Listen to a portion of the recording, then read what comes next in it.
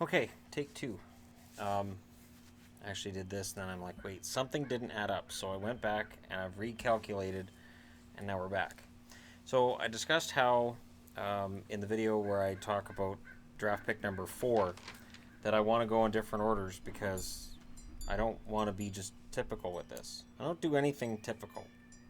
It's not how things work. Not here. So I'm going to do draft picks 31 through 35. That's right, the top 15 picks from 31 through 35 since the 60s until now. Meaning that it's going to be a lot of draft picks not from the 60s. Because guys in the 60s, pick 31, I don't even know if there was a pick 31 in every year. I don't think there was.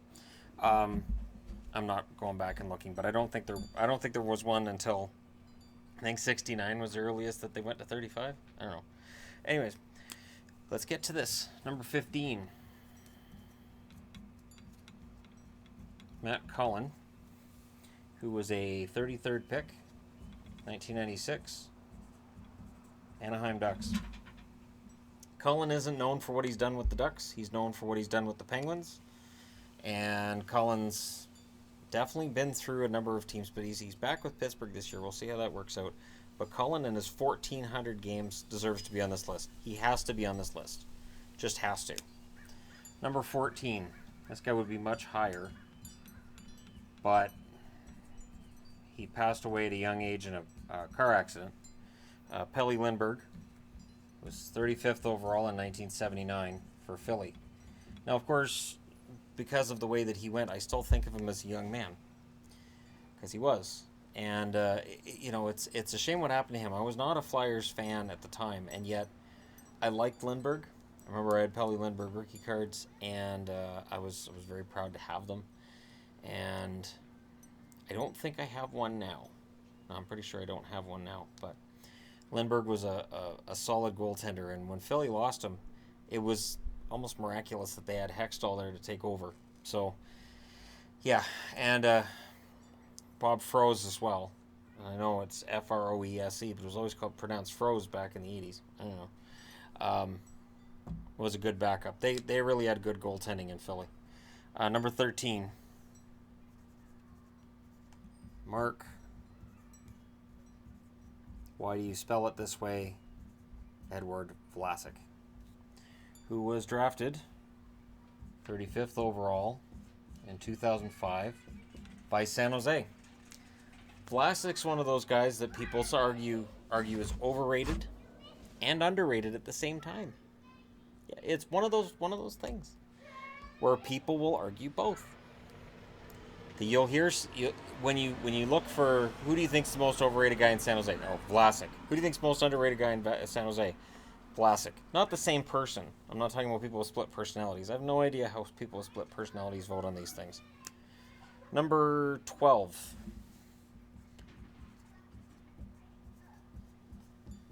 Lindy Ruff had a very long NHL career. Drafted by Buffalo, meant to play in Buffalo his entire career, and it's honestly weird to me still to see him coaching on any team's bench but Buffalo, and I know he wore out his welcome by the time he left. He was in Buffalo for a very long time as head coach, but for me, Lindy Ruff is a Buffalo Sabre, and it's still weird. Really, really weird to see him anywhere else. I would expect that before his time as a coach is done, he somehow finds his way back to Buffalo. Number 11. This is where I feel like I have to explain stuff. Tiger Williams, who's of course in my Hall of Fame, drafted in 1974 by the Toronto Maple Leafs, 31st overall. Tiger Williams, it's easy to forget that Tiger Williams was also a goal scorer, not just a fighter. He didn't just go out and pick fights. He scored goals. He had a number of 20-goal seasons. He had a 35-goal season with the Vancouver Canucks as well. And he was pretty decent. He's a pretty decent player.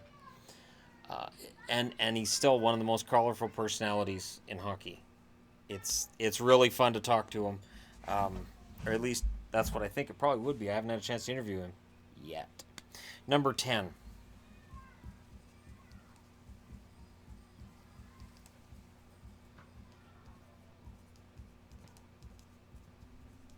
Jamie Langenbrunner.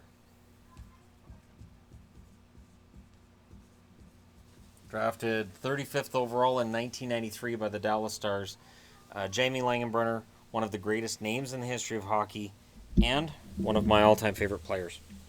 Langenbrunner, from then until now, has been one of my favorite names in hockey, and my sadness with him was that he ended up in New Jersey and didn't spend his whole career as a member of the Dallas Stars.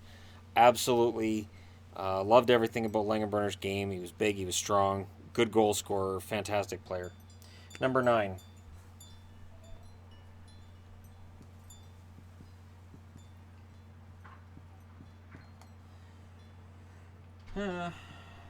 This one's tough. Loui Eriksson, 9th, 33rd draft pick, 2003 by Dallas as well. So that's 2 Dallas picks in a row. Eriksson right now is known for his crappy contract in Vancouver. And it kind of overshadows everything he did before. Well, what he did in Dallas and Boston was score 30 goals regularly. He was very good in his best days, and I still think there's probably a 20 goal scorer in there at best, but his totals, his career, it's good enough to get him to 9th on this list, in my eyes. Number 8, and I say that because I know my eyes are different than everybody else's, apparently.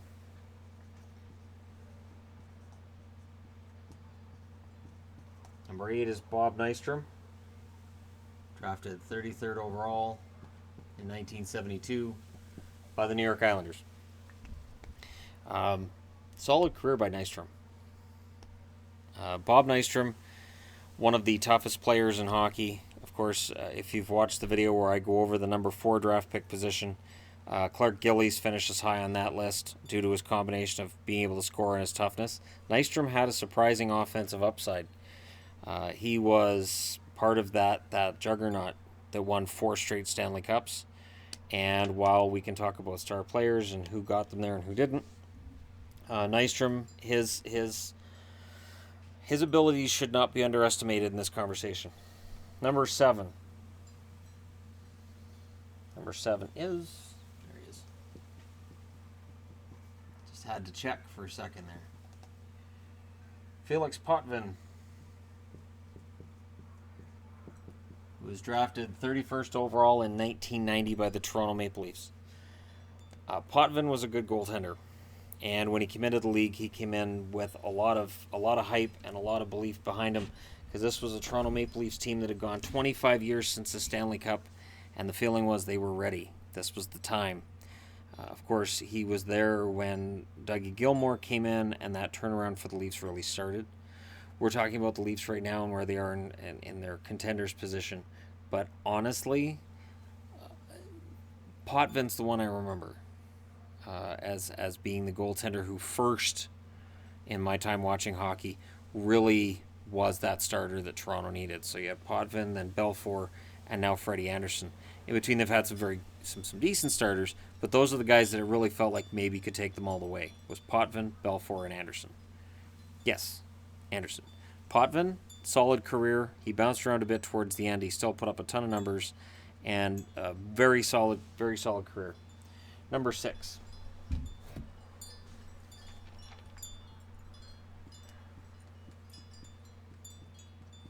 Ron Greschner played forever. He did. He's still playing somewhere, is my guess. But not in the NHL. Ron Greschner at 6. 32nd overall draft pick in 1974 by the New York Rangers. I know there's going to be a lot of people watching this who are going to say, who? Rangers fans are going to be like, oh, that's cool, you got Greschner up there. And that's about it. And I don't have a whole lot else to say other than Ron Greschner, a guy who went out there, he put up points when he had to, he played a ton of games, he was kind of Mr. Rangers when I started watching hockey, and again, it's much like the Lindbergh situation. I may not have been a huge fan of the Rangers, but, I liked his game. Remember, when I first started watching hockey, I only had one team I cheered for. Yeah, it's weird, I know, but it was the Canucks, and that's the sad part. All right, I gotta get up a bit here so my legs get feeling back in them. Number 5, James Neal, who was drafted 33rd overall, 2005, Dallas. Right. Feeling. All right. How am I doing? How's it going? How am I doing? I get asked whether or not I have a lower body. There it is. Weird question, but now that I'm, doing videos outside and changing the setup all the time, yes, I have a lower body. James Neal, 30 goal scorer. Sometimes look like a 40 goal scorer. Sometimes look like he might threaten 45. He is a streaky player. Vegas fans found that out this past season. He's now playing, of course, for the Calgary Flames. And Flames fans are going to see that too. They're probably going to see, I'd say, 25 goals from him this year. Very solid career for James Neal. He's had controversy that he's skirted, but he's a very solid player. And I liked him in Dallas. I wasn't happy when Dallas traded him. I couldn't understand why Pittsburgh traded him. I couldn't understand why Nashville didn't keep him around. And I'm kind of surprised Vegas didn't keep him. But it just seems like it's a career thing for him. Number 4.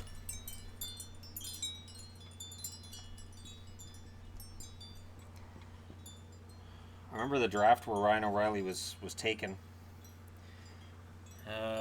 33rd, 2009.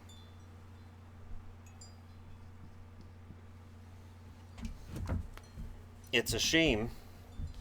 It's a shame I didn't have a channel when Ryan O'Reilly was drafted. This was the kid that came out and looked like he was going to be a steal. And he fell at that draft. I was very surprised the Canucks didn't take him in the first round. And I was kind of miffed that they didn't find a way to get him. He is now going to St. Louis. He's not a physical player, but he's a very solid offensive player, and he has some really solid advanced stats. I remember last year when I delved into advanced stats a little bit, I was surprised at just how solid Ryan O'Reilly really is. And then I watched some Buffalo games and I paid attention to him, and honestly, his game is pretty fantastic. I'm still to this day surprised that Buffalo decided to part with him, and whether it's for contract reasons or whatever it is, it's still weird to me. Number 3.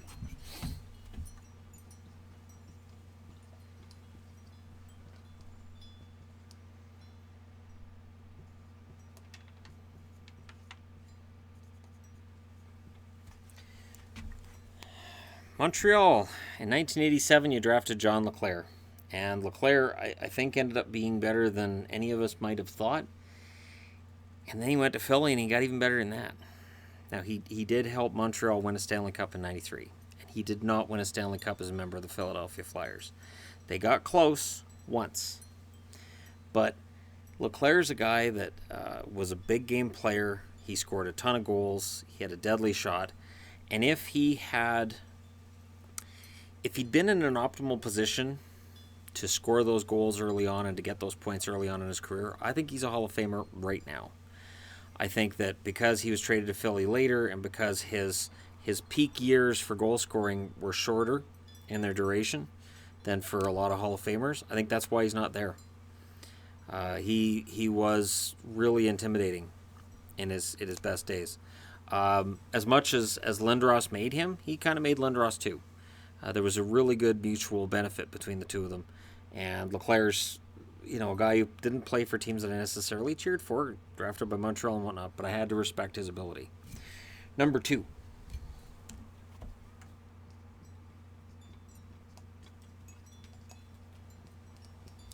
John Tonelli.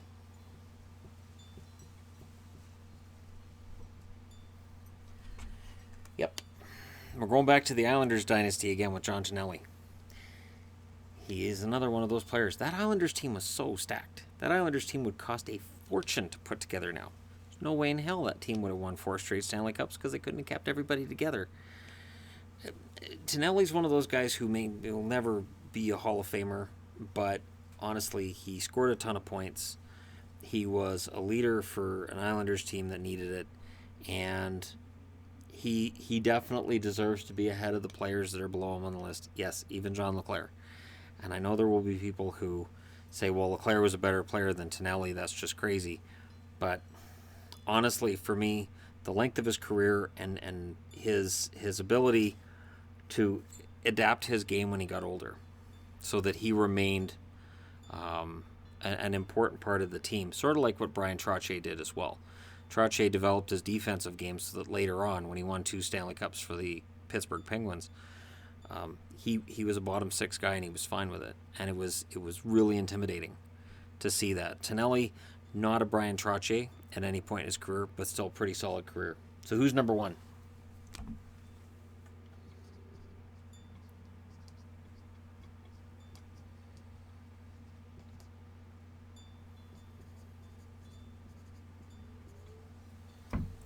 From the 1990 New York Rangers draft, drafted 34th overall, it's Doug Weight. I expect this list to change.